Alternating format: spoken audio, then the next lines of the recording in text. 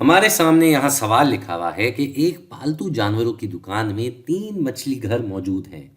तीनों की पानी रखने की अलग गुंजाइश है, जो कि दर्जा झैल खाके में दी गई है। तो भाई ये खाका हमारे सामने तैयार है। यहाँ 3 मछली घर हैं, ए, बी और सी।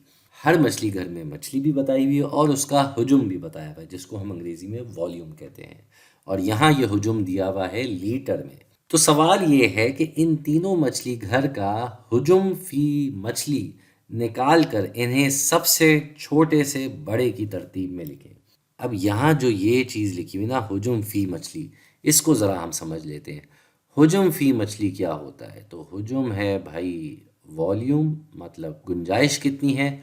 और मछली तो हमें पता है कि मछली होता क्या है, मगर ये हुजूम फी मछली क्या है?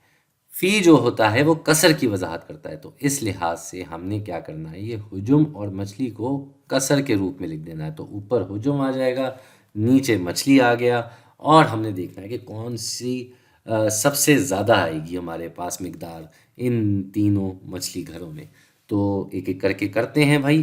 तो सबसे पहले आ गया ए, मछली घर ए। मछली घर ए में क्या हो रहा है? मछली घर ए में अगर हम देखें तो इसका हुजूम जो है वो है 40। वो है 40।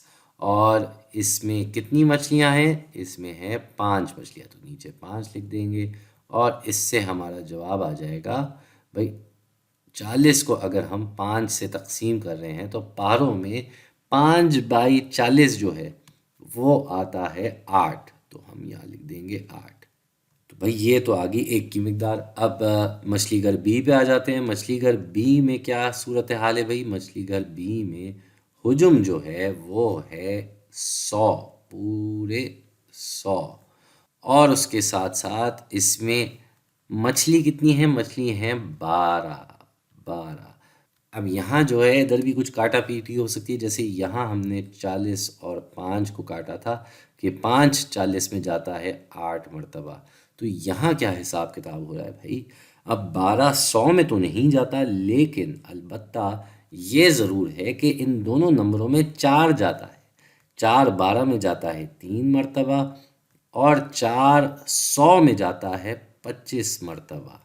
यानी कि 25/3। तो 25/3 का क्या मतलब है? हमें इसे मखलूत शक्ल में लिखना होगा, मिक्स नंबर में लिखना होगा।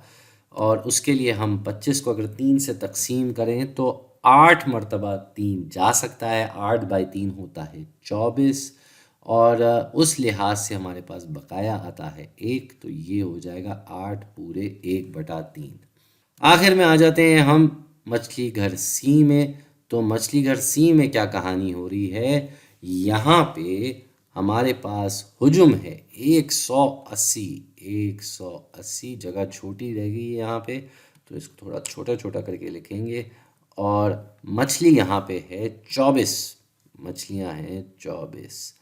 तो 24 मछलियाँ 180 में कितनी मरतबा जा सकती हैं? मतलब 24 नंबर 180 में कितनी मरतबा जा सकता है? सीधा सीधा तो नहीं जा सकता, अलबत्ता 12 जो है वो इन दोनों में ज़रूर जाता है। तो हम इन दोनों नंबरों को 12 से तकसीम कर देते हैं। भाई 12 24 में जाता है 2 मरतबा और 180 में जा सकता है पूरे 15 मरतबा। तो ये हो गया 15/2। तो भाई 2 15 में कितनी मरतबा जा सकता है, इसको भी हमें मखलूत शक्ल में लिखना होगा। तो 2 जो है वो 15 में जा सकता है 7 मरतबा, क्योंकि 7/2 होता है 14। और क्योंकि 7/2 14 होता है तो बकाया बचता है 1। तो ये हो जाएगा 7 पूरे 1/2। अब हमारे पास तीनों घरों का हुजूम फी मछली आ चुका है। इस लिहाज से सबसे छोटा ये हुआ नंबर 1 पे। फिर आ जाता है मछली घर ए और आखिर में आ जाता है मछली घर बी। तो अब हम इस खाके को तब्दील करते हैं और इन तीनों मछली घरों को इसी तरतीब में लिख देते हैं। तो अब हम देख सकते हैं कि तरतीब में लिख दिए गए। हुजूम फी मछली के हिसाब से सबसे छोटा सबसे पहले आ गया और सबसे बड़ा सबसे आखिर में आ गया।